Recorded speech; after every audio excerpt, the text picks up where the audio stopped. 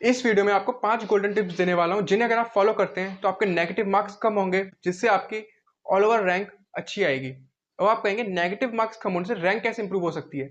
मैं आपको एक्सप्लेन करता हूं। 2023 में जनरल कैटेगरी के लिए एग्रीगेट कट ऑफ 86 मार्क्स था। तो आप डेफिनेटली सोचिए कि ऐसे बहुत सारे बच्चे होंगे जिनके मार्क्स 84 या 85 आए होंगे। अगर वो बच्चे अपने -2 या -4 मार्क्स होने से बचा लेते तो शायद आज वो कट ऑफ क्लियर कर चुके होते और आईआईटी में होते। अगर आप भी, जी हाँ, जेई एडवांस में कंपटीशन बढ़ाना चाहते हैं और अपनी बाजी पलटना चाहते हैं तो इस वीडियो को एंड तक देखना। इस वीडियो में बताए गए 5 पॉइंट्स को ध्यान से सुनना और फॉलो करना। Point number 1, say no to new chapters. Last 10 days में आपको कोई भी नए चैप्टर्स नहीं करने हैं, चाहे वो फिजिक्स हो, केमिस्ट्री या फिर मैथ। आपने पिछले 1 साल, 2 साल या पिछले 3 महीने में जितना भी पढ़ा है, आपको वही सब लगातार बार बार रिवाइज करना है। जब मैंने जेई एडवांस दिया था तब मैंने जेई एडवांस से पहले मैथ के 2 चैप्टर्स पढ़े थे जिनमें मैं ज़्यादा कॉन्फिडेंट नहीं था।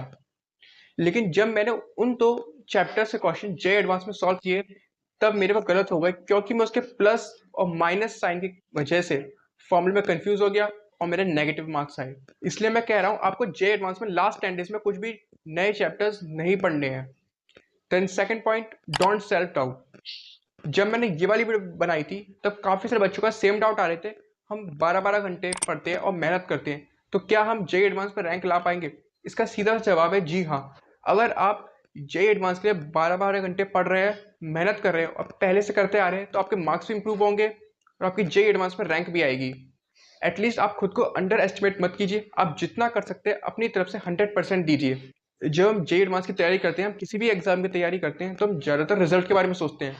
अगर आप रिजल्ट के बारे में सोचते रहेंगे तो आप एक जगह कॉन्सेंट्रेट नहीं कर पाएंगे।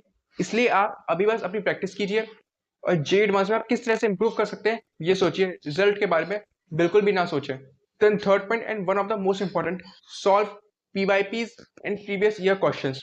लास्ट 10 डेज में आप previous year papers and previous year question solve कीजिए।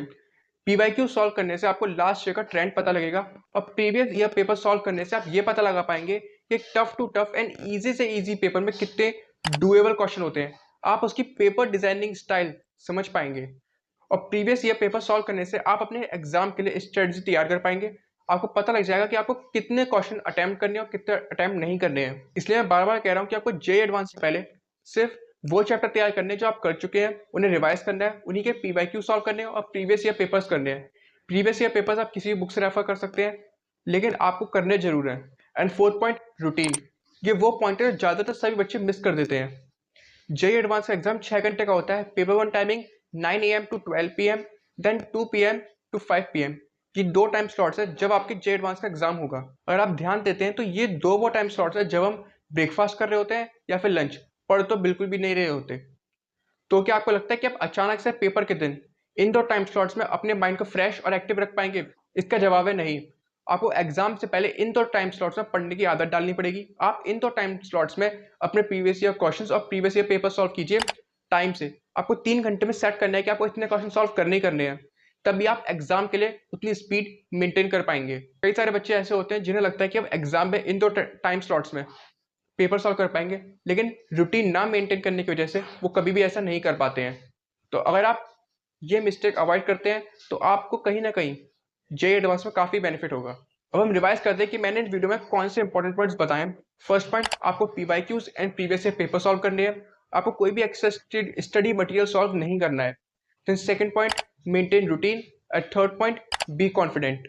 तो इस वीडियो में बताया गया आपको 4 पॉइंट्स को ध्यान रखना है और फॉलो भी करना है। बची हुई 5th पॉइंट मैं आपको एग्जाम से जस्ट 2 से 3 दिन पहले बताऊंगा, क्योंकि उसकी जरूरत आपको तब पड़ेगी। इस चैनल को अभी भी सब्सक्राइब कीजिए, लाइक कीजिए एंड शेयर द वीडियो। इस चैनल पर आपको most genuine JEE related, college life and engineering और अदर इंफॉर्मेटिव कंटेंट मिलेगा जो शायद किसी और चैनल पर ना मिले। अगर आपने अभी तक ये चेक नहीं किया है कि आपको जेई मेंस और जेई एडवांस के पर्टिकुलर रैंक पर कौन से कॉलेज मिल सकते हैं, तो आप ये वाली वीडियो देख सकते हैं। जोसा एंड जैक काउंसलिंग में काफ़ी सारे बच्चे काउंसलिंग के वक्त पे काफ़ी मिस्टेक्स कर देते हैं, जिस वजह से उन्हें अच्छी रैंक पर भी अच्छा कॉलेज नहीं मिल पाता है। तो अगर आप ये मिस्टेक्स अवॉइड करना चाहते हैं तो आप ये वाली वीडियो देखें। दोनों वीडियो की लिंक आपको डिस्क्रिप्शन में मिल जाएगी, आप वहाँ से चेकआउट कर सकते हैं। तो इस वीडियो में इतना ही। अगर आपको इससे रिलेटेड कोई भी डाउट आता है तो आप कमेंट सेक्शन में पूछ सकते हैं। इस वीडियो में बताए गए 4 पॉइंट्स को आपको फॉलो करना है, तभी आप जेई एडवांस में अच्छा कर सकते हैं और बाजी पलट सकते हैं। इस चैनल को लाइक कीजिए, subscribe and share the video. Thank you very much.